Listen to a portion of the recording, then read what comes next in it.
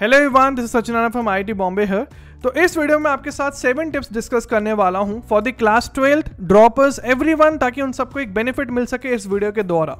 ये वीडियो बहुत इंपॉर्टेंट होने वाला है, तो मेक श्योर दैट आप पूरी वीडियो को वॉच करो ताकि आपसे कोई भी पॉइंट मिस ना हो, उसकी गहराई मिस ना हो। तो जो फर्स्ट पॉइंट यहाँ पे मैं आप लोगों के साथ डिस्कस करना चाहता हूँ दैट बेसिकली इज कि हमारा सिलेबस कब तक कंप्लीट होना चाहिए, कैसे कंप्लीट होना चाहिए। आपका syllabus at least 1 month before the examination complete हो जाना चाहिए। फॉर एग्जाम्पल मार्च 1 को अगर मैं एग्जाम मान रहा हूँ तो फरवरी 1 तक आपका एटलीस्ट सिलेबस हो जाना चाहिए। Worst case scenario 20 days before the examination, ताकि हमारे पास 20 डेज रहे रिवाइज करने के लिए। अब ये डाउट आता है बहुत सारे बच्चों को यार कि मेरे क्लास 11 का कोई टॉपिक वीक रह गया है या कोई टॉपिक हमारा रिवाइज करना है, तो कैसे रिवाइज करेंगे। स्ट्रॉन्ग वर्सेस वीक की लिस्ट बनाओ सबसे पहले आज बैठ के। स्ट्रॉन्ग वर्सेस वीक बोलने का मतलब क्या है। फॉर एग्जांपल आपका जीओसी स्ट्रॉन्ग है, आपका आइसोमेरिज्म वीक है, तो आप क्या करोगे, जिस भी हॉलीडे आपको मिले, फॉर एग्जांपल संडे हॉलीडे आपको मिल गया या सिर्फ मिनिमम क्लासेस हो जाएं, लाइक 1-2 क्लासेस हो जाएं, उस दिन हम वीक वाले टॉपिक को रिवाइज करेंगे। फॉर एग्जांपल संडे छुट्टी है तो संडे को हम आइसोमेरिज्म वाला पार्ट रिवाइज करेंगे।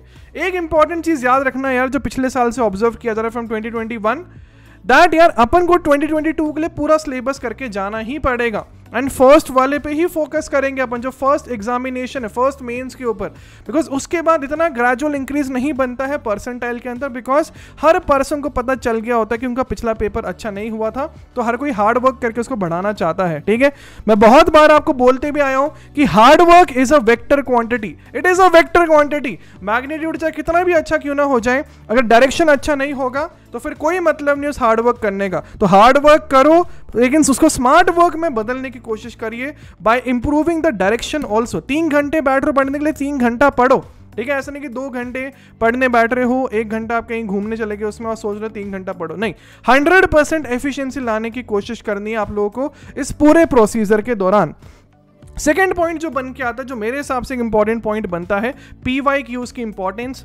कैसे PYQs आप लोगों को करने हैं, कहां से करने हैं। ठीक है, तो अगर मैं आपको ऑनेस्टली बताऊं, जैसे मैं खुद क्लासेस में भी एक बुक को फॉलो करवाता हूं जिसका नाम है दिशा पब्लिकेशंस। तो दिशा पब्लिकेशंस की फिजिक्स, केमिस्ट्री एंड मैथमेटिक्स की खुद बुक आती है। अगर आपको केमिस्ट्री वाली खुद से दिखाना चाहूँ जो मैं यूज करवाता हूँ, इसमें क्या खासियत है यार, इसमें एरर्स नहीं होती है। ठीक है, सबसे इंपॉर्टेंट चीज जो रहती है यार कि एरर्स नहीं होनी चाहिए बुक के अंदर। तो ये एररलेस बुक रहती है आपके पास, जहां पे आपके 2021 वाले भी आपको क्वेश्चंस मिल जाएंगे, तो 2021 वाले भी क्वेश्चंस यहां पे मिल जाते हैं, 2021 वाले भी मेंस वाले, तो वो भी आपके लिए एक एडेड फैक्टर रहेगा। अगर मैं बताना चाहूँ, इसमें 3000 से ज़्यादा क्वेश्चंस आपके पास प्रेजेंट हो रहे हैं, बिल्कुल लेटेस्ट फॉर्मेट पे ये बुक है। 97 पेपर्स आपको मिल जाएंगे इस वाली बुक के अंदर, तो वो आपके लिए एक बहुत बेनिफिट। 97 पेपर्स आप समझ रहे हो, अगर आप लिटरली 3 महीना बैठो टेस्ट देने के लिए तो भी आप रोज एक टेस्ट दे सकते हो। एंड PYQ से अच्छा टेस्ट और क्या बनता है आप ही जानो। ठीक है, अब आपको बताना चाहो फर्दर इसके बारे में, तो जो भी चैप्टर्स है ना, जो मेरा मोस्ट फेवरेट पार्ट है, सारे चैप्टर्स हमारे पास अकॉर्डिंग टू दी NCERT है। मतलब जैसे फॉर एग्जांपल GOC है तो GOC का जो नाम रहेगा NCERT में उसी के नाम से चैप्टर है। ठीक है, फंडा समझ आ रहा है। इससे ये हेल्प रहती है कि अगर आपने वो चैप्टर पढ़ लिया तो फिर वो आपका आप एक सीक्वेंशियली यहां से कंप्लीट कर सकते हो। PYQs करने का यही बेस्ट तरीका है, चैप्टर वाइज करो, पूरा करो और ट्राई करो कि उसमें आपकी मैक्सिमम एफिशिएंसी बन जाए। आपका मिशन होना चाहिए कि 80% PYQs को आपको सही करने हैं खुद से। ठीक है, वो आपकी टीचर की आपको वो लेवल उसके ऊपर डिपेंड करता है, बट आपका मिशन ये रहना चाहिए कि 80% खुद से करने हैं, सही करने हैं। ये मोस्ट इंपॉर्टेंट पार्ट है। फिर जो थर्ड टिप मैं यहाँ पे डिस्कस करना चाहता हूँ आप सभी के सामने, वो ये है कि टाइम टेबल के बारे में। Time table is a very important part of any journey. कोई भी जर्नी रहे, टाइम टेबल एक इंपॉर्टेंट पार्ट प्ले करती है। ठीक है, तो अगर आपको टाइम टेबल के ऊपर वीडियो चाहिए तो मैं नेक्स्ट वीडियो आपको बना के भेज दूंगा इसी चैनल के ऊपर। तो मेक श्योर अगर आप सब्सक्राइब कर लोगे, लाइक कर लोगे इस वीडियो को, तो नेक्स्ट वीडियो आपको लिटरली यही मिल जाएगी। ठीक है, बट अगर आपको उस वीडियो से और चाहिए तो उस वीडियो को देखने के बाद आप एक सैंपल खुद से भी जनरेट कर सकते हो। That will be very beneficial in the long run. Fourth point यहाँ पे जो बन के आता है दैट इज NCERT। अब NCERT पढ़नी कैसे है, क्या क्या पढ़ना है, क्या नहीं पढ़ना है। NCERT के लिए आपको समझना पड़ेगा यार, फिजिक्स के लिए इतनी रिक्वायर्ड नहीं है, केमिस्ट्री में भी ऑर्गेनिक एंड आईओसी के लिए रिक्वायर्ड होता है, लेकिन ऑर्गेनिक वाले में कौन से पार्ट में रिक्वायर्ड है? जो लास्ट वाले पार्ट है ना, लास्ट वाले पार्ट जैसे बायोमोलिक्यूल्स, पॉलीमर्स, एवरीडे लाइफ। अगर आपने अच्छे टीचर से पढ़ा है तो बस अगर इन तीनों चैप्टर्स का आप देख लो बस एनसीईआरटी से तो काफी रहता है वो, बाकी चैप्टर्स के लिए एनसीईआरटी की जरूरत नहीं पड़ती है। अगर मैं आईओसी की बात करना चाहूँ तो आईओसी के लिए आई वुड ऑलवेज रिकमेंड कि आप पूरी एनसीईआरटी एक बार एटलीस्ट पढ़ लो, ठीक है। आपने टीचर से भी पढ़ा है, बहुत अच्छी बात है, बट एक बार पढ़ लोगे तो 10, 15, 20 मिनट में हमारा हो जाता है वो पर्टिकुलर पार्ट जल्दी जल्दी देख के, ठीक है। अगर मैं बात करना चाहूँ मैथ्स में, यार मैथ्स में भी आपको एनसीईआरटी करनी चाहिए, बट कौन से चैप्टर की? जो मैं आपको बताना चाहूँ उन्हीं की। पीएनसी करनी है, प्रोबेबिलिटी वाला पार्ट करना है, 3D ज्योमेट्री वाला पार्ट करना है क्लास 12th वाला, एंड साथ में स्टैटिस्टिक्स वाला पार्ट करना है। बस इन्हीं चैप्टर्स के लिए आपको एनसीईआरटी करनी है, बाकी किसी और चैप्टर के लिए नहीं करनी है। 5th पॉइंट हमारे पास बन के आता है, सिलेबस का हमेशा प्रिंट आउट साथ में रखो। प्रिंट आउट लेने से क्या होता है यार, आपको आइडिया लग जाता है कि मैंने कौन कौन सा पार्ट किया है। जैसे फॉर एग्जांपल आपने पढ़ लिया गैल्वेनिक सेल, अंडरलाइन करो, उसके अंदर अंडरलाइन कीजिए कि ये हो गया है।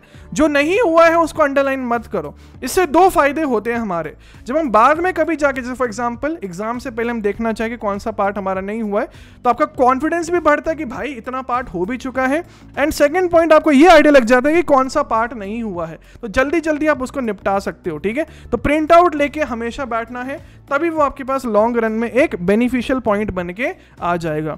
6th पॉइंट यहां पे बनता है यार कि जो भी बड़े बड़े गोल्स हो, सिंपल से एग्जांपल मैं आपको बता रहा हूं, ब्लॉक केमिस्ट्री। ब्लॉक केमिस्ट्री से दिखने में बहुत बड़ा लगता है, लेकिन इन बड़े बड़े गोल्स को स्मॉल गोल्स में बांटिए। जैसे फॉर एग्जांपल ब्लॉक केमिस्ट्री है तो आप ये सोचो ग्रुप 1A में पढ़ूंगा 2 दिन के अंदर, ग्रुप 2A में पढ़ूंगा 2 दिन के अंदर। फंडा समझ आ रहा है? ऐसे नहीं कि पी ब्लॉक पढ़ूंगा मैं 1 हफ्ते के अंदर, ऐसा नहीं, ठीक है। बांटिए उसको स्मॉल स्मॉल ग्रुप्स में बांटिए, इतना पॉइंट इतना, इतना पॉइंट इतना, इतना पॉइंट इतना, 3 दिन 2 दिन, उस प्रकार से। तो वैसे आपको भी मोटिवेशन मिलता रहता है करने का, बिकॉज इतना बड़ा आपको सडनली कोई 100 पेजेस नहीं फेंक दिए गए हैं, 15-20 पेज एक बार में करने हैं, ठीक है। तो बड़े गोल्स को स्मॉल गोल्स में बांटिए, सिंपल सा इन्वेस्टमेंट का फंडा रहता है वो भी, ठीक है। उसके बाद जो लास्ट पॉइंट बनेगा that is make short notes.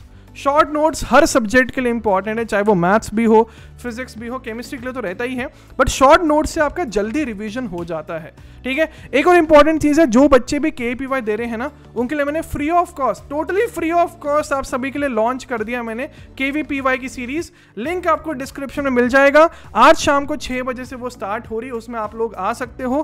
Purely beneficial रहेगा उन स्टूडेंट्स के लिए, चाहे वो 11th के हो, 12th के हो, और आप केवीपीवाई के लिए एम कर रहे हो तो आपके लिए बेनिफिशियल रहेगा। एंड जो भी स्टूडेंट्स ड्रॉप लेने का सोच रहे हैं उन सब के लिए भी हम लोगों ने एक फ्री सेमिनार लॉन्च करवा दिया है ऑन 30th of October, ताकि आप सबको एक फ्यूचर स्ट्रैटेजी मिल जाए। The seminar will be from 10 AM to 1:15 PM। Link मिल जाएगा आपको डिस्क्रिप्शन के अंदर, आप आइए। टॉप एजुकेटर्स वहां पे आएंगे, टॉप रैंकर्स आपको वहां पे गाइड करने आएंगे, ताकि आपका बेनिफिट हो सके, ठीक है। तो make sure to enrol them, आपको मिल जाएगा डिस्क्रिप्शन लिंक में, लिंक मिल जाएगा डिस्क्रिप्शन के अंदर। एंड वंस अगेन यार, दिशा की बुक आपको उसका भी लिंक मिल जाएगा डिस्क्रिप्शन के अंदर, ताकि आपका बेनिफिट हो सके। सेकंड पॉइंट जो मोस्ट इंपॉर्टेंट पॉइंट बनता है, तो make sure to like the video and subscribe to the channel अगर आप नए हो। मिलते हैं फिर अपन नई वीडियो के अंदर। जय हिंद।